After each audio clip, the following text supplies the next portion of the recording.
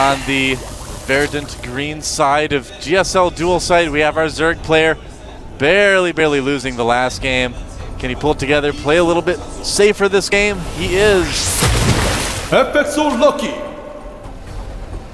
FXO Lucky doesn't want to rely on luck, though. That's not a good way to play. Relying on luck. And here's our actual Lucky player. From the team NS Hoso over on the right side of the map, the scary side of GSL dual side, he is. NS Hoso jjakji. jjakji. Probably means something. I wonder what it means. I'll have to find that out. Very good question. He's got a ring around his neck and a chain. Maybe someone He's on the Mordor side already. You can just toss it right into the volcano. That's convenient, isn't it? Except I don't know if he has the willpower to do so. The corruption of the ring might force him to go mad and evil instead. He's like going to do it, and then San comes in, and he's like, no, the ring is mine. jjakji. Exactly. They start fighting over it. Throw the ring in! No. Sage is just like there. He's like, throw it in. He finally does it. Actually, no. San takes the ring, then falls into the lava himself. Right. And that's why we don't see him in the GSL anymore. After biting jjakji's finger off. Ouch. And which makes it really hard to play, so props to jjakji for playing one finger down. That's impressive. So hatch first for our Zerg player Lucky. You could probably play Starcraft without like your right pinky. Oh yeah. Be okay. Well yeah, there's people that can play. I mean there is even that famous match with Boxer playing against that blind player actually. That's right. Yeah. So yeah, hatch first for Lucky. And a very normal opening from jjakji as well, going for that barracks and then refinery. Yes, indeed. And surprise, surprise, he's upgrading an orbital command. Normally the walling off his ramp just in case. Yep. Curious what we're going to see with this gas. He's up to almost 100. We might see a factory pretty quickly. Yeah. Well, I'm really kind of curious to see what Lucky's going to do. I mean, last game he played very standard. You know, I'm wondering if he's going to try to do something aggressive possibly this game. The natural, I kind of feel like, is a little bit more open on this map than some other maps. Easier to get to. That factory right next to the barracks that jjakji is making right now, you guys will see in a moment. SCV getting zoned out a little bit by the drone, getting droned out, if you will. Zoned out? Yeah. Probably going to be a heli expand for jjakji. Just judging from where he's putting that factory. You know what? There's also flowers on this map, but they're like different flowers on the lava side. Makes sense. You can't grow the same flowers on the other side. Yeah. Can you? Looking around for creatures though. There's a scantipede. Scantipedes. Yeah, man. This is the map with scantipedes and sheep. Sheep? Yeah, there's sheep. Oh, there is a sheep. Oh, you can't click on the sheep though. No, you can't. They're strangely unclickable. They have special powers. Wow. That Zergling kind of hiding in the bushes there. And the SCV looking for that gold as well. You see players try to steal golds quite a bit on this map, actually, because they are quite a bit out of the way. But now people are scouting for it all the time, so we might see it even less. I actually saw a game once that I casted with 6jack's Vibe where he didn't expand to his normal naturally. He actually just took both golds and then went for huge amounts of speedlings. Yeah, Zerglings of speed. That'd be fun. Yeah, it ended up working for him that game. Pretty cool. We do have the Blue Flame Hellions being upgraded now. And a Hellion coming out, so he's going to have a few pre-igniter upgrade Hellions before too long. Yeah, this is a very, very normal opening for jjakji right now. And I like how he's also going for the extra command center behind it, so he's going to be able to get map control with the Hellions and then expand pretty quickly after that. Yep, I thought he was going to go for a Hellion expand, which I think he was maybe trying to make Lucky think that too. If you go up the ramp and you see the factory right next to the barracks, you think, oh, regular, reactor Hellion expand. But instead, he pulled the factory back, going blue flames. Oh, and we missed it. A Zergling tried to sneak into the base, but jjakji has really been denying the scout with those Zerglings. He's running out with a Hellion, single Hellion here. Another one's going to catch up to it. And it's going to try and put on some pressure, but Lucky has a nice wall. He's got a couple spines. He's got an Evo chamber blocking things. He's got queens blocking it off. So I don't think these Hellions are really going to do any damage. Yeah, really nice building arrangement by FXO Lucky right now. Those Hellions aren't going to be able to get in and do too much of anything. They might be able to roast a drone or two before they die, but I remember Lucky had really good building placement against Jinro as well. Yeah. Well, that's something that we're going to have to see Zergs do more and more lately now that Blue Flame Hellions are becoming that much more popular. Yeah. Probably going to see jjakji poke in there, see that he can't really do a lot, and then just maybe kill some creep tumors. Oh, he's going for it. Go in, try and kill some drones. All right, he's committed now. And loses 2 Hellions for 4 drones. That's not bad. I mean, killing a couple drones, but not horrible, but not as much as he could have hoped for as well. And that actually means, though, that he needs to be a little careful unless he makes more Hellions. Huh. He's not going to have too much map control. What just happened there? Only 4 Marines jumping into that medevac. Might be leaving room for 2 Hellions. I think that's what it will be. Nice idea for a drop there. Maybe those Marines paid for first class, so they have some more leg room. Maybe. Man, the Hellions are the ones that need the leg room. Pretty long. They need the wheel room. Yep. There, you're right. There's 2 Hellions in that medevac as well. Now, I believe there is a spine crawler in Lucky's main. There is not, actually. Oh, there's a spore in a bad location for it. Well, it's not bad, but it's a location that's not going to help here. Here we go.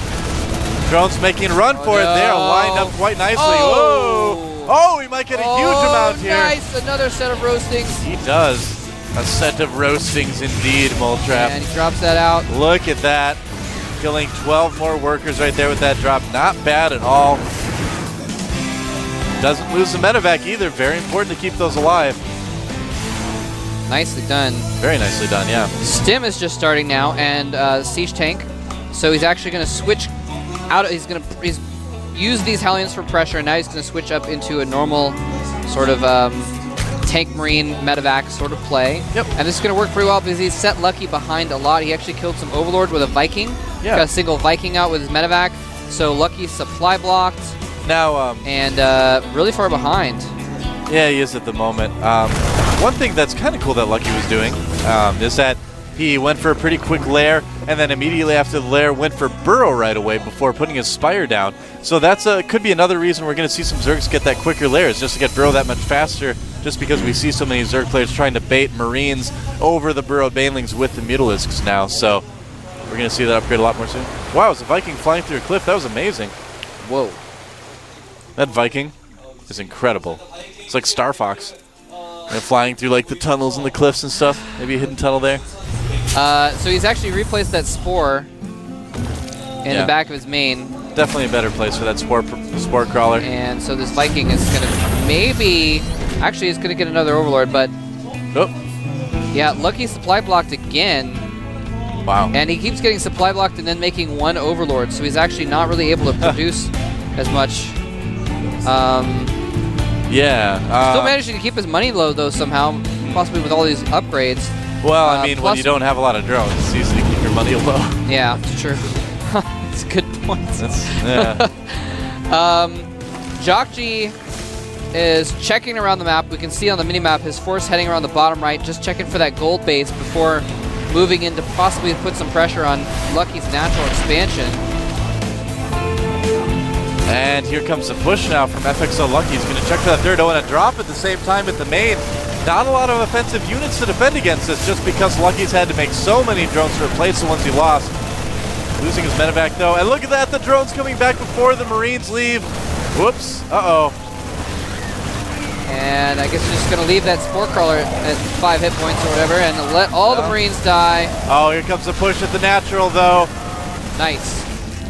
Kills off the spine. He's got... Yeah, I don't know, though. 3 siege tanks there. A good decision by jjakji to pull back. He was about to get crushed by those Zerglings and Mutas. Yeah. Yeah. Good idea to do that. He's got another pretty decent force moving down the side of the map right now, too, so he'll be able to meet up, link up, move out. Yeah, and 5 siege tanks in the mix. So Zerglings are going to be pretty ineffective at this point, as well as Banelings if he decided to make them. And with that last attack, actually, with Lucky pulling his drones back in there, he's now down to 40 drones, now up to 45. Here we go. Oh, those Lings getting annihilated by the Marines. And suddenly things are looking very, very bad for FXO Lucky. Look at that, sprinting ahead with the tanks and the Marines. I don't know, Moletrap. I think our Zerg player might be getting too old here. I think this is the end for Lucky. This is not his lucky day after all. No. His natural expansion goes down, and Lucky never had a chance. He's been so far behind this game to get a third, so he is just down to his main. He has 21 drones, and I don't think a handful of Banelings and Zerglings is going to kill all of this. You know what they say, Moltrap, fortune favors the bold. The bold player this game was definitely jjakji with those great drops, great aggressive pushes. And yeah, right now, FXO Lucky down to just one base. Here comes some Banelings, but just not enough to make a difference. Yeah, final defense here for Lucky, but he is going to be eliminated. Lucky, GG's. He will stay in Code A for next season, but he has been eliminated from this season. And jjakji is going to advance to the round of 8, and he is going to be in the up and down matches at the very least. Yeah. And has a shot, of course, at advancing through Code A. Of course, the prize of Code A now is if you win the whole tournament, you get an automatic seed into Code S. Yeah, pretty cool. He is now just 3 victories away from that. Well, yeah. Lucky not looking too happy right there. It's understandable. Game 1 was kind of awkward. That was an awkward way to lose. But I think it's kind of cool to see some Terrans coming up from NS Hozo, too. Kind of a team that's known for a lot of Protoss players. But jjakji definitely showing that he's a good Terran. I mean, I said it before the match. I've seen this guy play a lot. I think he's got a lot of potential. Played, pretty standard, but yet at the same time was aggressive, wasn't too passive. Yeah, and I like he changed things up a lot. Like that last game, for instance, he's like, all right, well, I'm going to show possible Reactor Hellions. I'm actually going to go Blue Flame Hellions, and then when you're defending against Blue Flame Hellions, I'm actually going to switch back up into Biotank. Yeah. And we see worked really well, and it just picked away at Lucky a lot. Picked away with the Hellions, picked away with the drop, picked away with the tanks, and just kept him contained the whole time. Well, the cool thing we see about this Blue Flame Hellion Marine opening that all these Terrans are doing right now is that there's just so many different ways to use it. You can drop the Marines and pick up the Hellions. You can drop Marines and Hellions. You can pressure the Marines from the back, Hellions from the front. You can do a lot of different things with it, which makes it very difficult for Zerg to kind of predict what's going to happen, and that's the kind of innovation I think we need to see in TVZ right now. Yeah. Because, let's face it, Terran players have been kind of on the ropes for a little while in this matchup. Yes, indeed. So definitely some interesting stuff out of jjakji. Very, very well played. Good control that game. Good decision making. Good pressure. Didn't make the mistake that Maka made of not pressuring at all. He put the pressure on. He tried to do some harassment, that kind of thing, and it really paid off for him. Man, and Lucky just, I feel like he kind of floundered a little bit after that pressure as well. He kind of didn't seem to know how to get back into it. He seemed like he did kind of panic a little bit here and there at different points in the game. I'll definitely agree with you there.